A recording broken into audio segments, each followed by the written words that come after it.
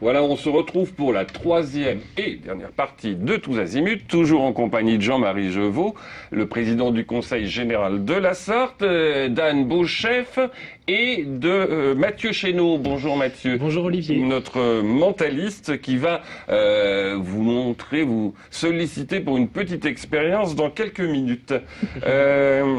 Je voulais vous demander... Ah oui, Anne, je voulais quand même que vous nous disiez un mot du CAUE. C'est une institution que les téléspectateurs de LMTV connaissent bien, puisqu'on voit régulièrement les petites fabriques de paysages. On reçoit dans l'émission de Pascal Brulon, Intensément Sarthe, chaque mois, Nicolas Duverger, qui est le directeur du CAUE. Dites-nous quand même... À quoi ça sert et est-ce que vous prévoyez pour 2012? Alors, le CAUE est un organisme qui a été créé par le Conseil général de la Sarthe il y a un petit peu plus de 30 ans maintenant. Il y a un CAUE par département en France, puisque c'est le législateur qui nous a créé par la grande loi sur l'architecture de 77. Alors le CAUE de la Sarthe est composé d'une dizaine de salariés, d'architectes, d'urbanistes, de paysagistes. Mon rôle au sein du CAUE est de m'occuper de la communication, des partenariats et tout ce qui est relations presse. Et le CAUE œuvre dans le domaine de la sensibilisation à l'architecture, à la qualité de l'architecture et du paysage. Donc nous travaillons avec les communes, les communautés de communes du département de la Sarthe, et puis également avec les particuliers qui peuvent avoir des projets de construction, restauration, réhabilitation de leur patrimoine. Ils viennent nous voir et on les conseille. Donc ça représente à peu près 800 conseils par an. Et pour les communes, entre 60 et 70 conventions, études par an pour leurs projets. C'est important ça, parce que bon, ça permet qu'un département, quand le CAUE est bien dirigé, comme il l'est par Nicolas Duverger, sous la présidence de Fabien Lorne, je crois. C'est ça. Ça permet que le département ne soit pas, qu'on fasse pas trop n'importe quoi autant que possible.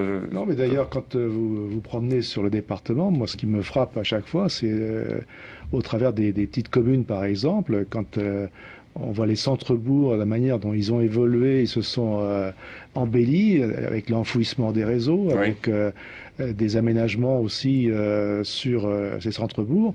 Il y a vraiment une vraie qualité, une vraie recherche en tous les cas. Et ça, c'est aussi, pour une large part en tous les cas, le travail, donc la collaboration du CAUE avec ces communes concernées. Moi qui habite dans le nord de la Sarthe, je peux en témoigner en tous les cas. Dans le nord de la Sarthe, c'est beaucoup mieux qu'avant, c'est clair. En politique, votre mentor, c'était Olivier Guichard, hein, c'est ça?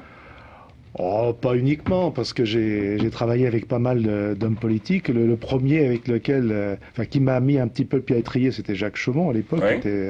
Dont on parlait tout à l'heure. Donc c'est lui qui m'a aidé au départ.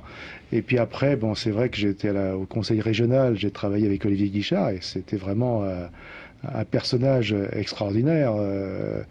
Avec une vision, avec une hauteur aussi par rapport à la vie politique. C'était un vrai bonheur de travailler à côté d'un homme comme cela. Puis c'était quelqu'un qui avait un vrai sens des territoires. Alors ça, comme aménageur du territoire, je pense qu'on peut guère faire mieux, puisqu'il était quand même à l'origine donc de l'aménagement, du plan aussi, puisqu'à l'époque c'était la ministre du plan et de l'aménagement du territoire.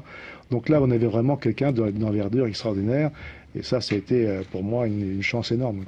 Vous êtes lancé en politique, pourquoi au départ? Disons que dans ma famille, mes parents, mes grands-parents, enfin des deux côtés d'ailleurs, paternels et maternels, étaient un peu impliqués localement dans sur leur commune, et puis aussi dans des formations politiques, plutôt famille centriste, pour situer un petit peu la mouvance. Donc c'est un peu naturellement que j'ai suivi un peu le mouvement. Et alors j'étais plutôt gaulliste, ce qui a fait... il y avait quelques étincelles un petit peu à l'époque. Mais bon, ça c'est la vie politique. Oui, mais ça met du piment dans les repas de famille. Toujours dans la bonne humeur quand même. Et puis après, je me suis engagé. Pour moi, le déclic, c'était la création du RPR par Jacques Chirac, le 5 décembre 1976. Ça, c'est une date qui est gravée dans ma mémoire pour toujours. Et j'étais présent donc à la porte de Versailles lorsque Chirac a créé ce mouvement. Et puis après, rapidement, je suis trouvé engagé localement avec des responsabilités départementales, puis un peu régionales. Puis après, il y a eu des élections. Je me suis retrouvé aussi secrétaire départemental du RPR pendant 3 ans, aussi de 79 à 82. Et puis voilà, après 82, j'ai été élu. Ma première tentative donc de mandat était la bonne. Et puis après tout ça, vous avez été député aussi. Alors j'étais député. Alors ce qu'il faut savoir, c'est qu'à l'époque, il y avait un monde politique un peu vieillissant. Et j'étais dans les jeunes avec François Fillon, avec d'autres, quoi. Et donc ça va peut-être aussi aider à progresser et puis à avancer au travers des mandats. Mais c'est vrai. Puis après, j'étais parlementaire, donc en 93 jusqu'en 2007, quoi. Voilà. On vous voit à l'Assemblée nationale au Perchoir. Au Perchoir. Au Perchoir. Oui, donc ça c'est assez amusant parce que c'était ma première intervention donc au Perchoir, donc puisque je reconnais Gilles de Robien qui était le président de la séance à ce moment-là, et c'était mon premier discours, donc. Et j'en ai pas très large, honnêtement. J'étais pas trop rassuré. Et puis en plus, on le voit pas forcément, mais devant, il y a des petites loupiottes qui s'allument. Vous avez droit à 5 minutes. Et au fur et à mesure, les petites lampes s'éteignent. Et vous les voyez s'éteindre à une vitesse rapide. Puis vous avez encore un texte, vous avez encore... Donc vous êtes un petit peu paumé. Enfin, pas forcément, mais et puis derrière, donc il y avait Gilles de Robien était extrêmement gentil, il me glissait dans l'oreille très gentiment. Il va falloir conclure. Alors, concluons là-dessus pour le moment, Monsieur le Président, et passons à une autre forme de magie. C'est pas les petites loupiottes, c'est quoi, Mathieu, que vous proposez à Jean-Marie Jeuveau aujourd'hui? Alors, une petite expérience de mentalisme, comme à l'accoutumée, et j'ai entendu tout à l'heure en coulisses que vous chantiez. Oula. Alors, rassurez-vous, je vais pas vous demander de chanter, mais la chanson, ça me faisait penser à la poésie.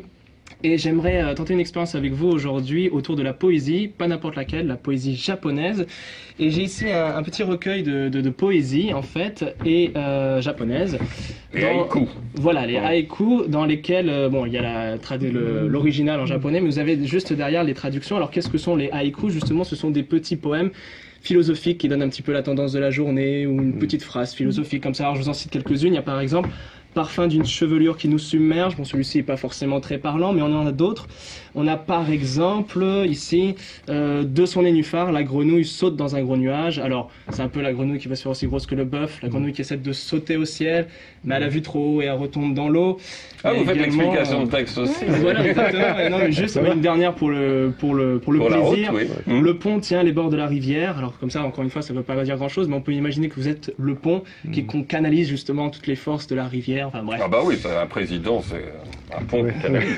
Exactement. Ça va de soi. Donc, ce que je vais vous demander, en fait, c'est de prendre le petit recueil ici. Je prends mes lunettes aussi parce que ça sera utile. Et je vais vous demander de l'ouvrir.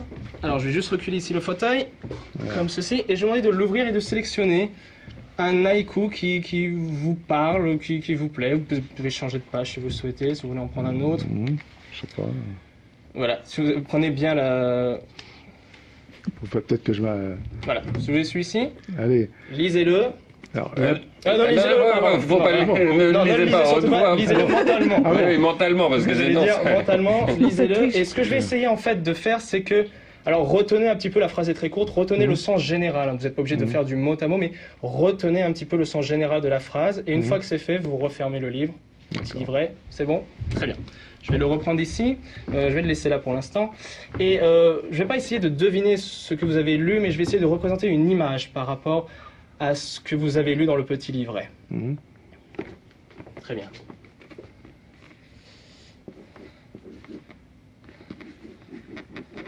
Alors je ne suis pas un excellent dessinateur, mais encore une fois, c'est intéressant. Ne bougez pas. D'accord. Alors c'est peut-être pas très clair ce que je dessine, mais encore une fois, c'est ce qui me vient un petit peu à l'esprit. Alors il faut dire, Jean-Marie Jeuveau, que vous l'avez choisi vous-même complètement au hasard. Hein. Oui, tout à fait. Voilà. Oui, bien sûr. Complètement au C'est pas hasard. marqué, Il n'y avait pas de marque, rien. De marque ou quoi que ce soit. Alors je ne sais pas encore ce que ça va être ça. Tenez Olivier, je vais vous demander de cacher ça et de le conserver juste un instant comme ça de votre côté. Monsieur Jebour, je vais vous demander de dire en gros la phrase, ce que ça disait, ça parlait de quoi? Que l'abeille est fertile, est travailleuse du moins, et la terre est fertile. Enfin, donc il y avait toute une relation par rapport à ce travail de l'abeille, par rapport à la fertilité donc de la terre et de ce qu'elle travaille. D'accord, donc je rappelle que tous les poèmes sont complètement différents. Tout à l'heure, ça nous parlait de pont, ça nous parlait de grenouilles et tout ça. Et moi, j'ai eu cette image, effectivement, d'un insecte. Alors, j'ai pas eu l'abeille forcément, mais j'ai eu un insecte. Et vous parliez de terre aussi, de la terre fertile et tout ça. Alors, je sais pas, Olivier, est-ce que vous pouvez me montrer? Ça va peut-être être plus clair maintenant. C'est ce que j'ai eu. Voilà, j'ai eu comme un espèce d'insecte qui se baladait. J'avais ici de l'herbe et l'image d'une fleur qui apparaissait. Écoutez, donc, on revient un petit peu à ce que vous disiez tout à l'heure, l'abeille qui travaille sur le sol. Et je rappelle bien sûr que avec la fertilité, avec la fleur, donc on est tout à fait dans l'esprit. Qui apparaît. Je rappelle que tous les poèmes étaient différents. Impressionnant. Bravo. Merci, c'est remarquable. Et alors, vous faites ça en regardant... voilà c'est pas de la divination, c'est le langage du corps, voilà un petit peu le langage du corps, puis l'ambiance aussi générale qui se dégage. C'est surprenant. Voilà de la personne. Vous voyez. Oui, non, là je suis scotché là parce que je m'attendais pas à ça. Super. Non, félicitations en tous les cas. Oui, c'est vraiment intéressant. On va se quitter dans peu de temps. Je voulais engager les téléspectateurs à aller voir une exposition qui s'appelle Du Nil à Alexandrie. Au musée de TSC, et je vous en parle parce que c'est assez original a priori et assez inédit, je crois. C'est une coproduction de la ville du Mans et du Conseil général, qui sont, comme chacun sait, pas obligatoirement du même bord politique. Non, mais là, pourquoi vous vous êtes associé dans cette aventure? Écoutez, d'abord, je crois qu'il faut ne pas perdre de vue que Monsieur Empereur, Jean-Louis Empereur, qui est un Sartois et un Manceau d'origine, donc nous a fortement aidé dans cette affaire-là. Et il nous l'avait dit sur ce plateau il y a quelques et le fait qu'il était partie prenante et à l'origine, et qu'il souhaitait aussi mettre quelque chose d'une grande ampleur sur pied. Donc on s'est dit par rapport aux investissements, par rapport à ce qui se demande, est-ce qu'il n'y a pas intérêt à travailler en commun, d'autant plus que la ville du Mans avait aussi au niveau du musée de TC donc une expo fort intéressante sur l'Égypte et les pharaons, etc. Et que ça découlait assez de sources, qu'on puisse travailler en commun. Et ça s'est fait tout naturellement, et je dois dire que c'est vraiment une démonstration aussi qu'on peut par moment aussi dépasser nos clivages politiques et travailler en tous les cas dans l'intérêt général à quelque chose qui, je crois, est et sera encore apprécié parce que c'est jusqu'au mois de mai donc 2012, si ma mémoire est bonne. Au 27 mai, oui. Voilà. Super donc là, et j'invite, comme vous le faisiez à l'instant, donc tous les Manceaux et tous les Sartois, en tous les cas, à venir visiter cette exposition qui est fort remarquable. Très bien. Et juste un dernier mot, dans les discussions autour du budget, j'ai lu quelque part que vous envisagiez la création d'une marque qui s'appellerait Terroir Sarthe, c'est ça? Alors, c'est pas tout à fait ça. Donc non. Un label en fait. Donc on va mettre en place ce qu'on appelle les maisons du département. Oui. Alors, les maisons du département, il y en a une à Mamers. On a un premier projet qui va s'implanter sur Mamers parce que là, on a la chance d'être propriétaire de l'ancien tribunal donc de Mamers qui aujourd'hui est désaffecté et qui est bien positionné en cœur de ville et avec peu de frais pour l'aménager, les raménager, eh bien on peut y implanter en tous les cas des services du Conseil général. Alors c'est pas une délocalisation non plus des services, hein. Encore une fois, faut qu'on soit bien. Une antenne d'information, de proximité, toujours plus de proximité vis-à-vis de nos concitoyens. Et puis nous avons à proximité de ce site, eh bien les services donc de la circonscription également qui sont aussi des agents du Conseil général. Et je crois qu'avec cet ensemble réuni sur place, l'autre côté, c'est la ville du Mans, la ville de Mamers, pardon, avec son CCAS, et en face également les services de la sous-préfecture. Donc on est là dans un ensemble qui est cohérent et qui, je pense, permettra donc d'avoir une bonne visibilité pour être plus proche au niveau de l'information. C'est ça. Alors on va travailler parce que pour l'instant c'est encore qu'une expérimentation. Un groupe de travail va se mettre en place à partir de l'année prochaine, début de l'année prochaine, pour nous faire des propositions, suggestions, au travers de l'expérimentation qui sera menée sur Mamers, peut-être une autre ailleurs. En tous les cas, l'objectif, c'est d'en implanter 6 ou 7 sur le département. On verra en fonction des circonstances et des besoins. Très bien. Jean-Marie Jeuveau, on arrive au terme de cette émission. Est-ce que le président du Conseil général de la Sarthe a quelque chose à dire aux Sartois qui nous regardent pour les fêtes? Écoutez, c'est vrai que nous sommes dans une période qui est difficile. J'espère que 2012 sera certainement plus agréable, je l'espère en tous les cas, que 2011, parce qu'on a vécu des moments difficiles, des événements mondiaux extrêmement délicats au Japon, le monde arabe aussi qui est en évolution, la crise économique, enfin bref, je ne vais pas en rajouter.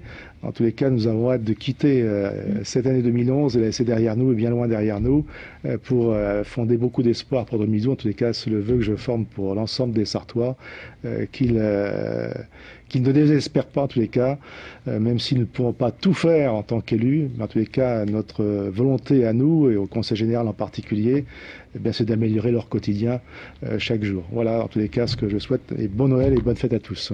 Merci Jean-Marie Jeuveau. Merci Anne Beauchef de nous avoir accompagnés. Bonne fête à vous aussi. Merci. Bonne fête Mathieu. On vous retrouve au théâtre à Paris toujours? Oui, jusqu'à fin décembre là pour des exceptionnels. Et puis après, je reprends mon créneau du jeudi tout janvier, jusqu'à fin janvier. Et puis plus si affinité. Et puis bonne fête également. Merci Mathieu. Merci à vous aussi.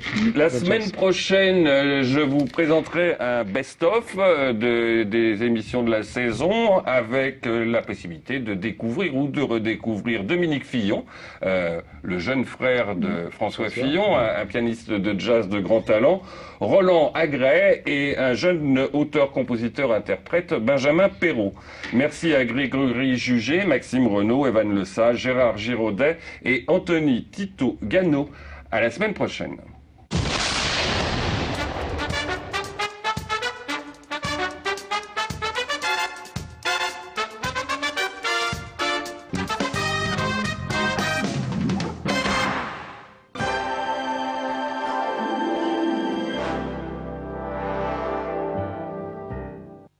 Cette semaine, la quotidienne sur LMTV avec le groupe Le Lièvre, l'esprit de service immobilier.